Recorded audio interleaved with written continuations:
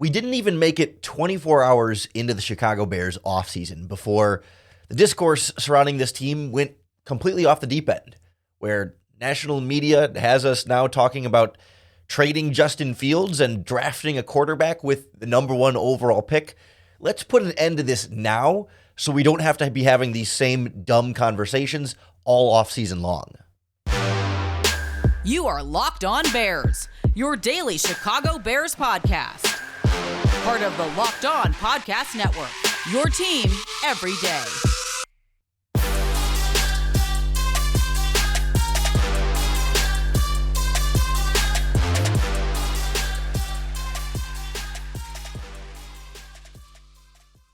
This is Locked On Bears, and I'm your host, Lorin Cox.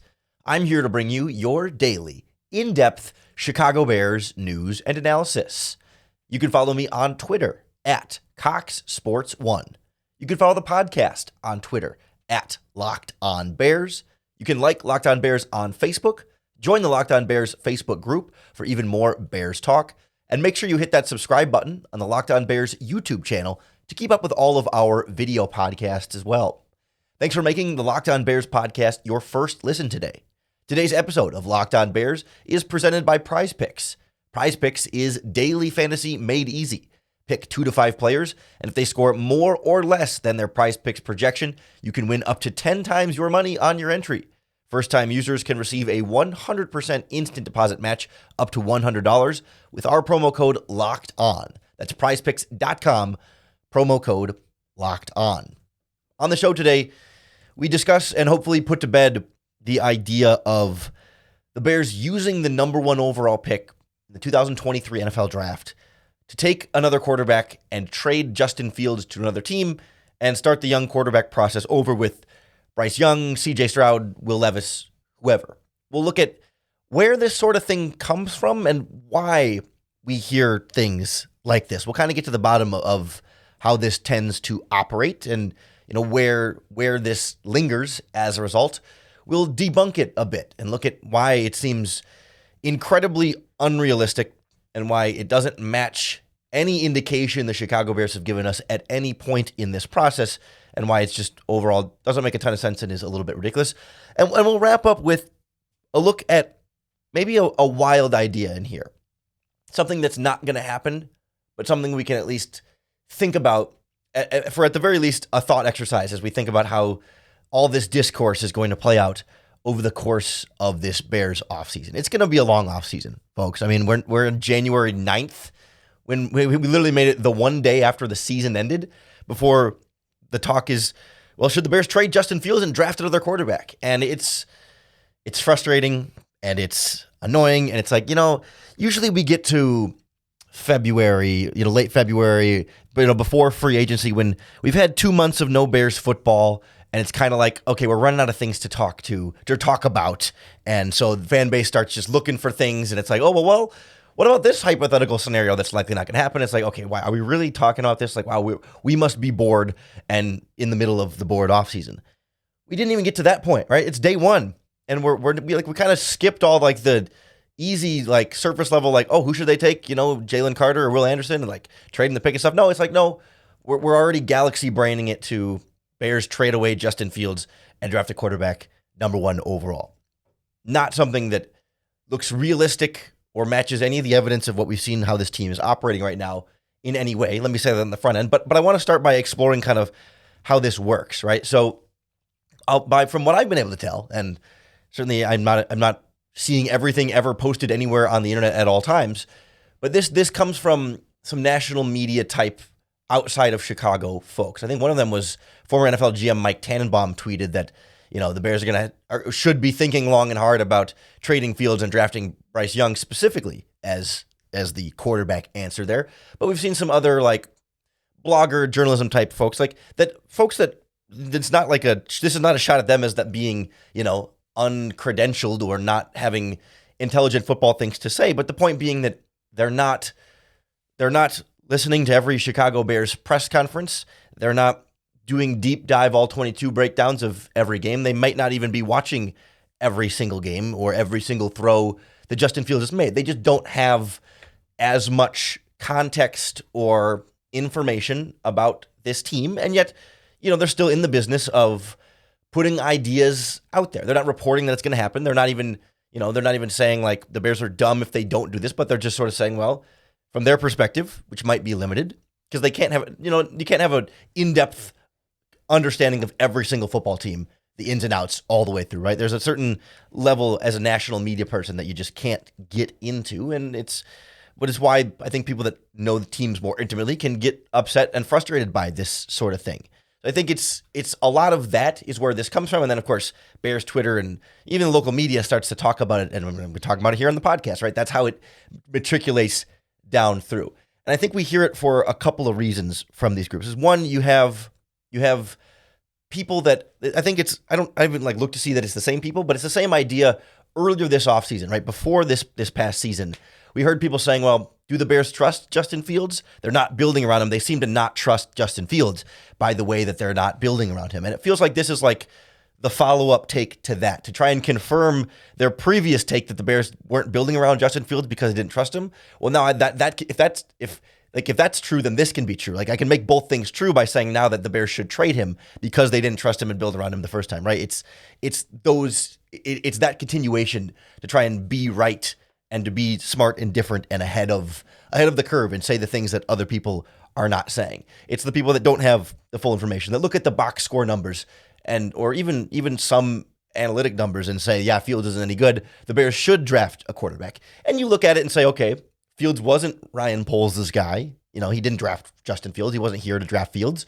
And you can start to create your own logic of saying Poles has been trading away, Khalil Mack, Robert Quinn, Roquan Smith, etc. He's getting his guys in there.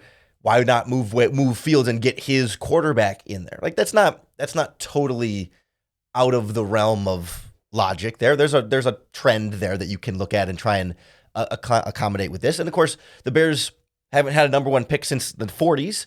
So if we're looking at another 80 years or 75 years before the Bears get a number one pick again, it's a rare opportunity to have your choice of the best quarterback in the NFL draft. So like there's some basis of logic here. It's not completely out of left field in terms of where did this idea come from, but I don't think it's realistic in any real capacity for this Bears team.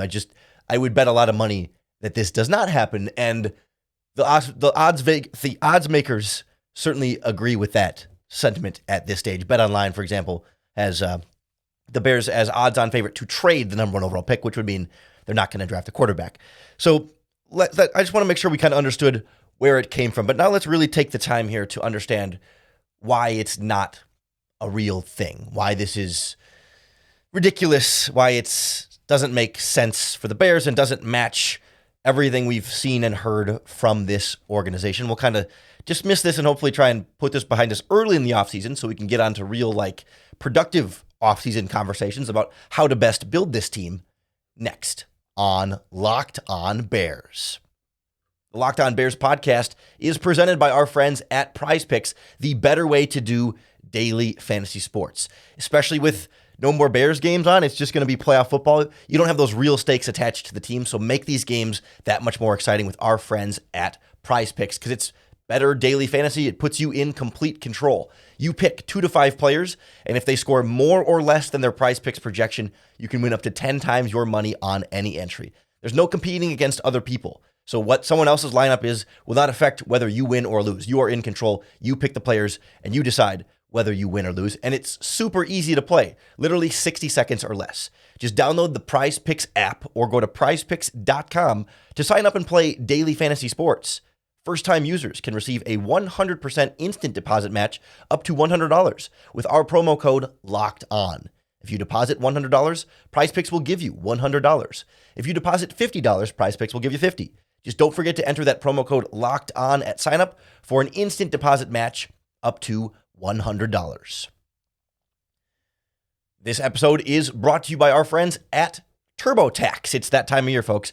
Go to TurboTax and don't do your taxes. Meet with an expert who'll do them for you. TurboTax experts can relieve you from the stress of taxes and file for you so you can do not taxes. Show your eyes things that are not taxes. Unpack a moving box of not taxes. Taste not taxes. Sing not taxes a lullaby. Hope not taxes sleeps through the night. Grab a saddle and ride not taxes into the sunset. With TurboTax, an expert will do your taxes from start to finish, ensuring your taxes are done right, guaranteed, so you can relax. Feels good to be done with your taxes, doesn't it? Come to TurboTax and don't do your taxes. Visit TurboTax.com to learn more. Intuit TurboTax. Full service products only. Video meeting while expert does your taxes required. See guarantee details at TurboTax.com/guarantees.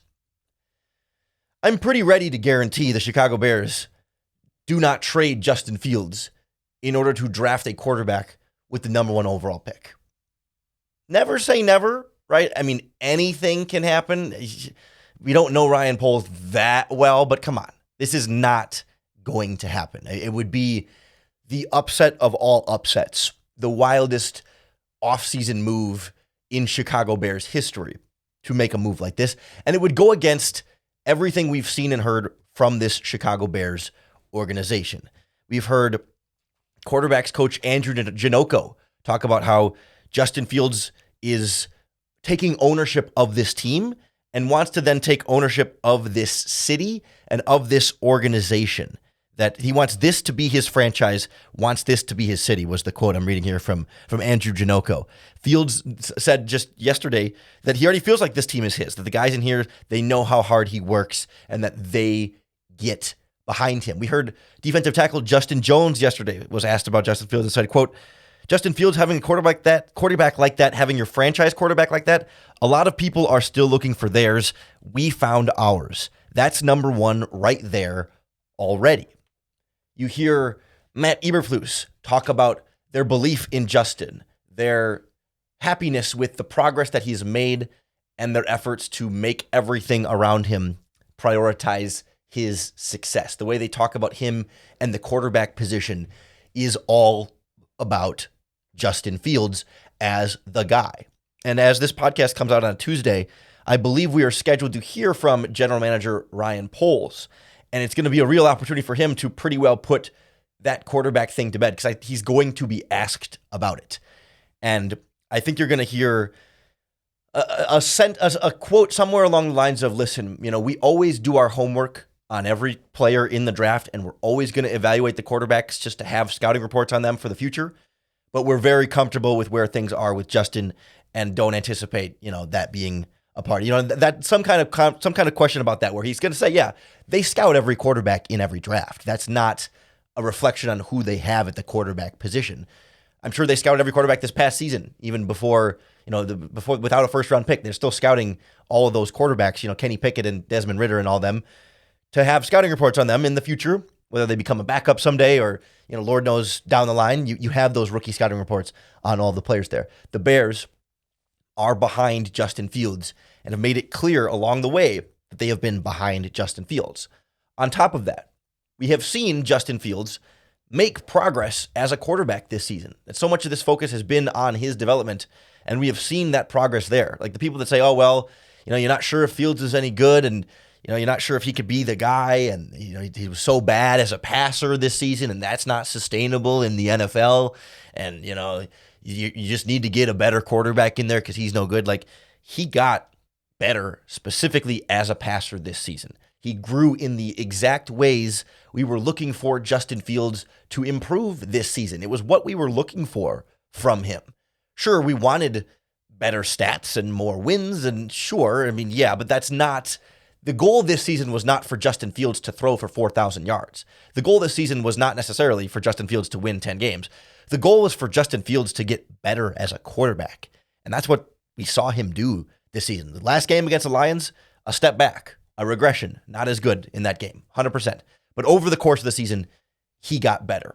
And it just feels to me like this whole quarterback discussion is it's just kind of missing the point of why you draft quarterbacks at the top of the draft. Like, there's never a sure thing of any of the quarterbacks. As much as you might like Bryce Young or TJ Stroud or Will Levis, there's never going to be a quarterback that is really, truly that sure thing. Like, there's always misses. There's always guys that you just can't predict how well they're going to be. And it always brings me back to one of the best recurring, like, go-to Family Guy memes. And I hate to be that guy who goes Family Guy here, but when There's an episode there. Trust me, this will make sense and it'll be funny even if you've never seen the show. They go to a timeshare meeting where they promise, hey, if you sit through this timeshare meeting, you're going to get a free boat for coming to this meeting. They sit through the meeting. Afterwards, they're doing the consultation and says, all right, we can give you this free boat. It's yours for the taking, or you can take what's in the mystery box. And of course, Peter Griffin turns to his wife, Lois, and goes, Lois, a boat's a boat, but a mystery box could be anything. It could be a boat. You know how much we wanted one of those. And it feels to me like Justin Fields is the boat here, and that your number one overall pick is the mystery box. Like, the number one overall pick could be a quarterback, could be a dynamic quarterback. I mean, Justin Fields is a dynamic quarterback, but the number one overall pick could be anything. It could be a dynamic quarterback. You know how much we wanted a dynamic quarterback. Like, you already have the prospect that you're trying to develop here. Like, he's already in the building. Like, you can nitpick, okay, is Young better than Fields and this and that, or Stroud or whoever? Like, that's not the point. Every single quarterback you draft, whether it's number 1, number 11, or in the second round, is always a risk and a development process. No one comes into the NFL MVP right away. I mean, even Patrick Mahomes took a year there, but not the point, right? The point is that you trade away Justin Fields and draft Bryce Young, you're back to trying to figure out, okay, is Bryce Young the guy or not? We're developing Bryce Young in the same way that you're developing Justin Fields. It's the same thing, and you already have Justin Fields. It's the bird in the hand here. You know his strengths, his weaknesses, and know how to work with them, and clearly are in a position to be comfortable with them and build this team around him in that way. That's the other thing too. As you build around Justin Fields, use that number 1 pick and all your draft capital to build around Justin Fields, you're building a really good situation for a quarterback. So that if, down the line, for some reason, things go wrong with Fields, whether that's him not developing enough or just becoming to injury or whatever, like if his career falls off and he busts or whatever, then worst case scenario here, you've got a team that's built for a quarterback, and then you can draft another one or sign one in free agency or trade for one, right? Like there's not a downside here to sticking with Fields, building around him, and at least leaving you in a good position around a quarterback, even if for some reason it doesn't work with Justin Fields. That's why it's such a frustrating thing to see people trying to argue about it and have takes over. And it's just like, it's ridiculous. Like, they're not going to draft the quarterback with the number 1 overall pick. It just doesn't make sense to trade away Justin Fields. I did see one proposal that intrigued me in a sense that it's not realistic. This is not going to happen. I really don't think there's any chance any of this could happen. But what if the Bears keep Justin Fields, use that number 1 overall pick on a quarterback, have them both compete, and whenever you're sure one is going to be the winner, then you can trade the other one and still get a really good draft haul for him and just really ensure that one of your 2 quarterbacks will end up being that franchise guy, and the other one will still have immense trade value. Let's talk through this a little bit and have a little bit of fun with this, knowing that it's purely hypothetical and not really going to happen in any realistic way, but it's a different way to approach team building that I do think is interesting to talk about at the very least. Next on Locked On Bears. The Locked On Bears podcast is brought to you by our friends at BetOnline, the number 1 source we recommend for all of your sports betting needs. I mentioned it a little bit earlier. BetOnline has odds right now. Will the Chicago Bears trade the first overall draft pick? And right now the odds are yes, minus 180, no, plus 140.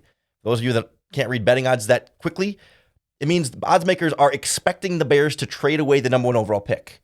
That's where the money says it's more likely that the Bears trade the pick than they don't trade the pick. You can find those odds at BetOnline. They also have odds on Aaron Rodgers announcing his retirement. The odds makers say no, but you can bet some money on that he'll retire. You can also bet on what team he will play for next season on week 1, if not the Green Bay Packers. Plus odds on who will be the number 1 overall pick, which right now still the odds are that it's Bryce Young, but the odds are also that the Bears will trade it and someone else will draft Bryce Young. Plenty of other prop bets, plus in-game playoff bets for the rest of the football season and all your other sports, all with betonline.net. It's the fastest and easiest way to get your betting information. Head on over to their website today or use your mobile device to learn more. BetOnline, where the game starts. It's a radical idea here to draft a second quarterback and keep them both. But I think it's something that's interesting to think about as far as team building and asset management. I recognize right away that there's The flaw here, right, is that you want your quarterback to be the leader in the face of the franchise, the kind of unquestioned leader. And when you bring in two of them, they can't both become that leader and can't both be that guy. We saw that be a struggle a little bit with Dalton and Fields on trying to figure out who was really leading the team and who wasn't at that quarterback spot. So there are flaws to this hypothetical that are part of why it's unrealistic. It's also just not something you're ever going to see a team do in this sort of capacity. But if you think like, when the Washington Commanders drafted RG3 and then Kirk Cousins in the 4th round. Not a same comparison exactly, but it's a similar type of feeling, right? You draft Bryce Young or whoever, and you say, okay, we're still going to build around the quarterback position with all the other spots. We're going to have these two guys compete and develop.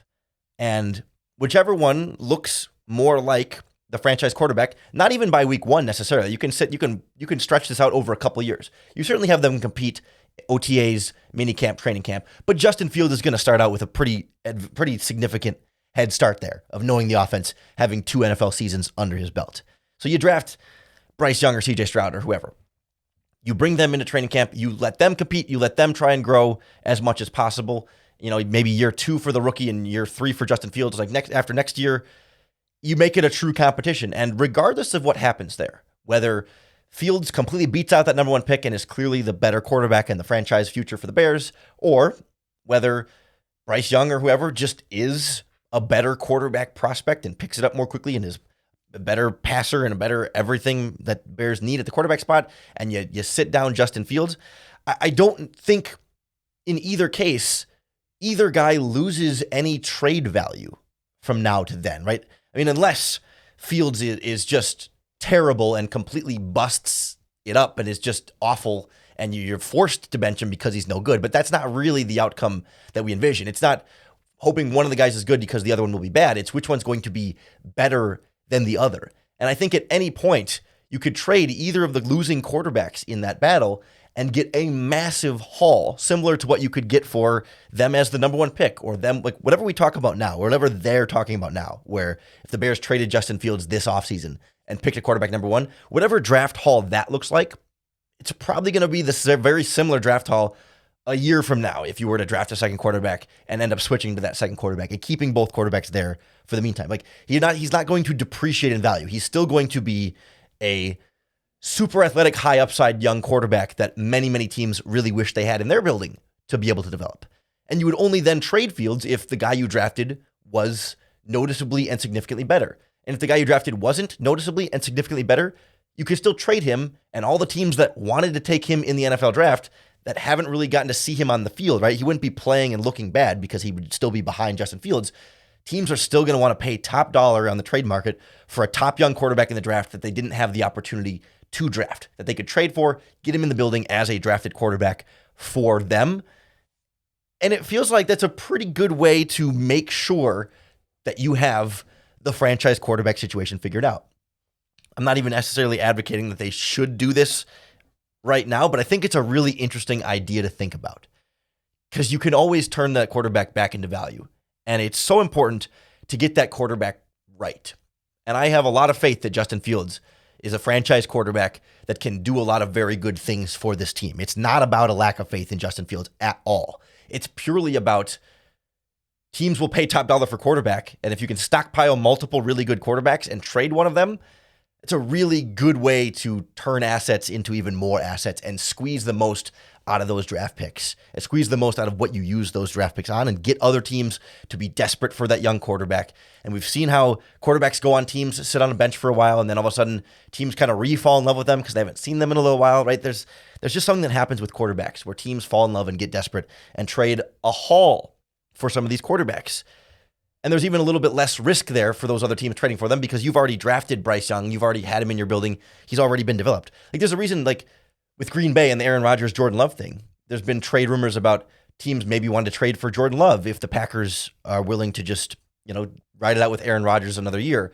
And it sounds like teams are willing to trade more for Jordan Love than the first round pick the Packers used on him, right? It would be a first round plus to get Jordan Love. Jordan Love's barely played. We don't know if Jordan Love is any good at all, but it's almost the same kind of concept of having two quarterbacks and deciding which one you're going to roll with and trading the other one, whether it's Rodgers or Love, and getting as much as you can. And both of those quarterbacks, well, not both, but Jordan Love has appreciated in value just sitting on the bench and doing very, very little. And I think drafting someone like Bryce Young or CJ Stroud with the first overall pick would have a very similar effect, that they're not going to go down in value just because they're not playing. Teams are still going to be absolutely falling in love with the opportunity to have that quarterback on their team. And if for some reason Fields gets hurt, Fields doesn't develop or whatever it might be, you then also have that other option in there. That's a fun, different idea. It's not going to happen. I think it's even more unrealistic than trading Fields and drafting quarterback. I think that would be more likely than them truly going with both quarterbacks. It would be revolutionary. It would send shockwaves through the NFL, and it might be too difficult to manage in terms of leadership and chemistry and locker room stuff. Like we said, it might make a headache. It would definitely cause a bit of a media firestorm that just makes it not realistic. But I think it's a really interesting way to build a team.